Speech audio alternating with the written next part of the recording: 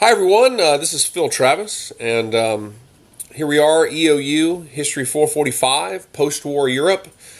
This week, I'm going to try to keep this announcement kind of short for you. This week, our only graded assignment is our discussion board.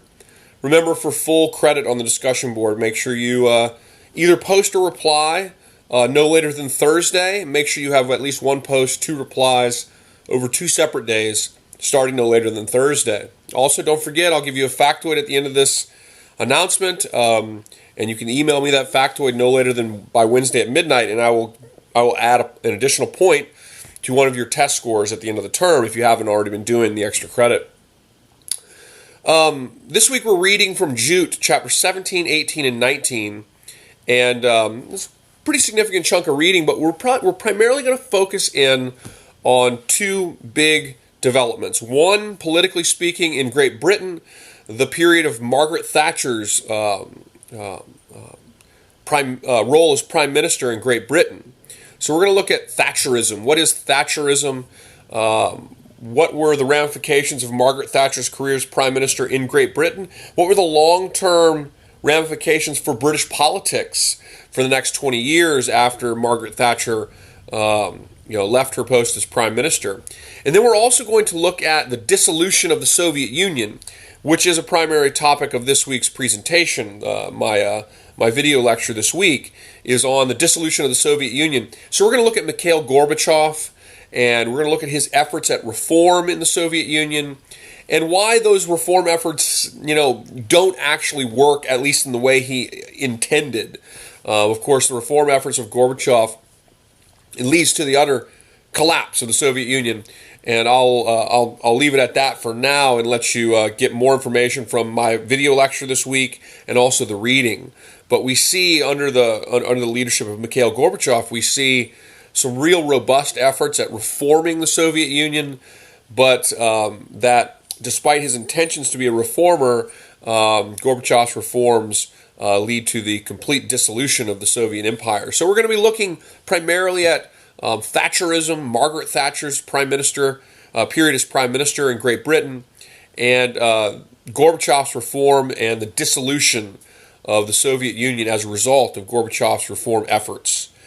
No quiz or anything this week. I want you to be working on the paper. We have a research paper coming due in a couple of weeks, and I wanted to give you an opportunity to have a little lighter week like we did last week, graded discussion forum, some reading, and the hope is that you'll also be working on those papers and getting those papers together so that when it comes time, we're not doing anything at the last second and we're turning in papers we're really confident in and happy with.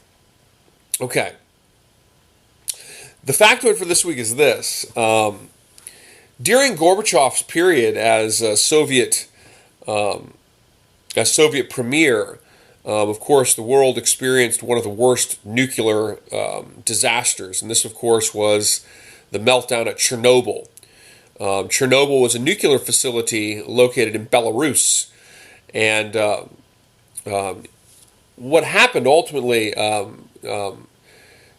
Chernobyl, unlike the Fukushima case, where Fukushima was a meltdown and the core kind of melted down through the containment structure of the Fukushima, I think two of the Fukushima reactors in Japan after the tsunami several years ago.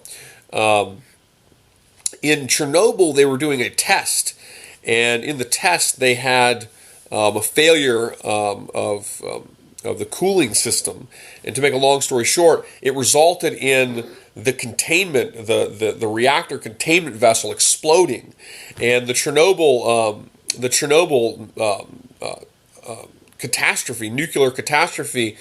It was a graphite rod reactor. So there's all these graphite rods that were down in the reactor that were covered up by water, and when it exploded, it threw all these particulates of graphite, highly radioactive graphite, into the air. And then, of course, you had the burning, melting nuclear material that was then throwing all of these radioactive pollutants into the air. And this catastrophe, Chernobyl, in 1986, caused huge radioactive pollutants all across northern and eastern and central Europe. And in many places, there are still health effects and issues with certain farming products in certain parts of the region affected still to this day. It didn't affect Russia nearly as much as it affected central and northeastern Europe because of the picture of the wind, the direction of the wind currents, which carried all of this radioactive graphite, which then dropped out onto places like Scandinavia, for example, in Finland, in other countries, Belarus, of course, Poland. We're all very, very affected by this, and these areas, many of these areas that were most affected, still to this day have populations that have some of the telltale signs of radioactive, pollution, birth defects, certain types of cancers, and so forth. Well, anyway, here's the factoid. So right next to Chernobyl, there was a city built, and it was built largely because of it was a city built right alongside Chernobyl, and it was where many of the workers would have lived. And the name of the city was Pripyat. And this is the factoid. Pripyat, this city right next to Chernobyl, Pripyat was evacuated during this disaster, and today it's a ghost city. And no one has ever been able to return.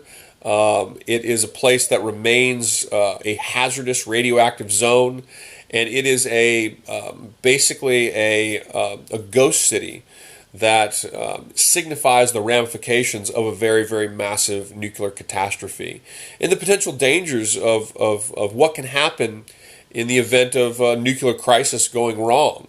Of course, the United States had the 3 Mile Island crisis slightly less than a decade before, and that did not turn into be a meltdown or anything like that. But had 3 Mile Island turned into a catastrophic meltdown, maybe Harrisburg,